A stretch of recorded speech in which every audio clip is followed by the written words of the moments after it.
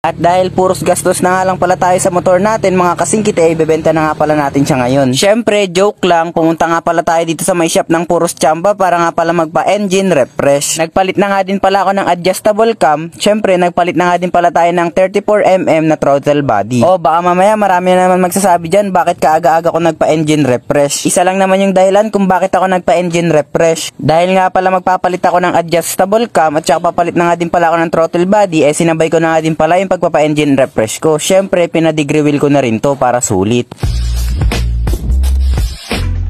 So, what's up sa inyo mga kasingkit? Malabong nga pala natin na ibebenta natin tong motor natin. Dahil ito nga pala yung first na motor ko, hindi ko na to ibebenta. Ngayong araw nga pala mga kasingkit, pupunta nga pala tayo sa may shop nila Boss Miyoki para nga pala magpa-engine refresh. Hindi nga lang din pala to kalayuan dito sa amin, mga ilang kanto nga lang, nandirito na nga pala tayo sa may shop nila. Pero bago nga pala natin simulan yung video na to, sa mga hindi pa nga pala nakafollow sa ating Facebook page, baka naman. Nga pala kung hindi nyo nga pala natatanong, dito nga din pala si Boss Jasper Verano, yung top 1 ng Scooter King neto lang. So pagkarating ko nga pala dito mga kasingkitis, agad-agad nga palang binaklas yung motor ko. And shoutout na nga din pala sa tumitira ng motor ko. Ayan, kung makikita nyo, mga artistahin talaga yung mga yan. Dahil magpapa-engine refresh nga pala tayo mga kasingkitis, kinakailangan nga palang ibaba yung makina natin. At dahil nga din pala na napakarami ng nagiging problema ng motor ko, papa-engine refresh na natin para mas medyo tumino yung motor natin. Disclaimer nga lang din pala mga kasingkit, baka mamaya may magsabi na naman dyan na puros gastos na lang daw yung motor ko at saka sirain din daw. Pero sa totoo lang mga kasingkit, sariling pera ko nga pala yung ginagastos ko dyan para sa pagpapaayos ng motor ko, kaya sana naman matahimik na din kayo. So naibaba na nga pala yung makina natin dito mga kasingkit, dinedrain na nga lang pala nila yung coolant. Magpapa-engine refresh na nga din pala tayo ngayon mga kasingkit dahil parang tumalon nga pala yung timing gear natin kasi nga nung nasiraan tayo ng tensioner. Ewan ko, baka dun din yung dahilan. Nga pala, share ko lang sa mga gusto nga palang mag-upgrade ng superhead dyan, meron na nga pala si Boss Miyoki, PM nyo na lang siya. And para mas maganda nga pala yung pagkabuo ng makina natin, sinadjust ko na nga din pala kay Boss Miyoki na ipa-degree wheel na rin to. And pagkabiyak nga pala namin ng head mga kasingkit, kung makikita nyo nga pala dyan, sobrang rich nga pala. Pero disclaimer nga pala mga kasingkit, nung chinon nga pala namin to sa may Alicia, goods na goods naman yung sunog nung spark plug natin. Ewan ko lang din kung bakit nagbago. And alam naman natin na legit tuner yan si Boss LG, kaya sa mga nagko-comment dyan, manahimik na lang kayo. At dahil magpapa-engine refresh nga pala tayo, kasama na nga din pala dito yung panggilid natin. Magpapalit na nga din pala ako ng adjustable cam. Ito nga pala yung Racing Monkey na adjustable. So sinimulan na nga palang linisin yung panggilid ko dito ni Boss Miyoki mga kasingkit. Ayan, ginamitan pa nga pala dito ng CVT cleaner. Medyo matagal-tagal na nga rin pala nung hindi ako nakapagpalinis ng panggilid ko. Buti na nga lang kasama na nga din pala sa pagpapa-engine refresh nila dito. Makikita nyo naman dyan sa may video mga kasingkit na halatang-halata nga talagang napakadumi na nga pala nung CVT natin. Bumili na nga din pala ako ng RS8 na throttle body mga kasingkit, 34mm. And eto nga pala yung itsura niya. Ayan, kung makikita nyo dito, kumpleto na yan mga kasingkit, kasama na nga pala yung manifold. Dahil nabaklas na nga pala yung mga dapat baklasin sa makina natin, nilinis na nga pala yan ni Idol. Ito nga pala yung kasalukuyang binubuo nila Boss Miyoki dito, 232cc na yan. So after nga palang malinis, kung makikita nyo, talagang fresh na nga pala ulit. So after nga palang malinisan lahat, yan na nga pala si Boss Miyoki, siya na nga pala yung titira sa may makina natin. And sabi pa nga pala ni Boss Miyoki, yung shop nga daw pala nila to, magaling nga lang palang tsumamba. Bago nga pala ikabit lahat,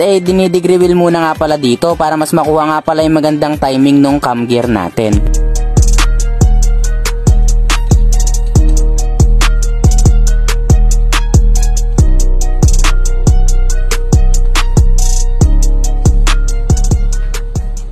So eto, hindi ko masyadong maintindihan dito. Ayan, pero ginamitan nga pala nung kung ano-anong aparato dyan para nga pala mas makuha yung tamang timing nung gear natin. Dahil nga pala adjustable na yan. Talaga nga naman talagang sulit dito kay Boss Miyoki. Ayan, kung makikita nyo, talaga nga naman tinatiming nila ng maayos dito. So yung timing cam ko nga daw pala dito, sabi ni Boss Miyoki, nasa may 52 to 53. So matapos nga palang matiming yung timing gear natin, kinakabit na nga din pala nila dito yung head natin. Syempre, kinabit na nga din pala yung bago nating throttle body. Ayan, 34mm yan. Tinabasan nga pala yung tensioner natin dyan kasi nga hindi kakasya yung ram air. Ito nga pala yung mga iba't ibang trophies na napanalunan ng Team Miyoki. Ayan, diba, napakadami. Talagang subok na nga pala yan sa larangan ng pagmumotor si Boss Miyoki. And ito nga pala yung mga trophies na napanalunan nila. Kaya kung gusto nyo nga pala ng mekanikong quality, pumunta na lang kayo dito. And ito nga pala yung trophy ng top 1 finisher natin ng Scooter King. And dumating nga din pala yung tropa natin na si Carl dito. Ayan, dahil chinecheck niya nga din pala yung pagbuo ng ng motor natin. So pagkabalik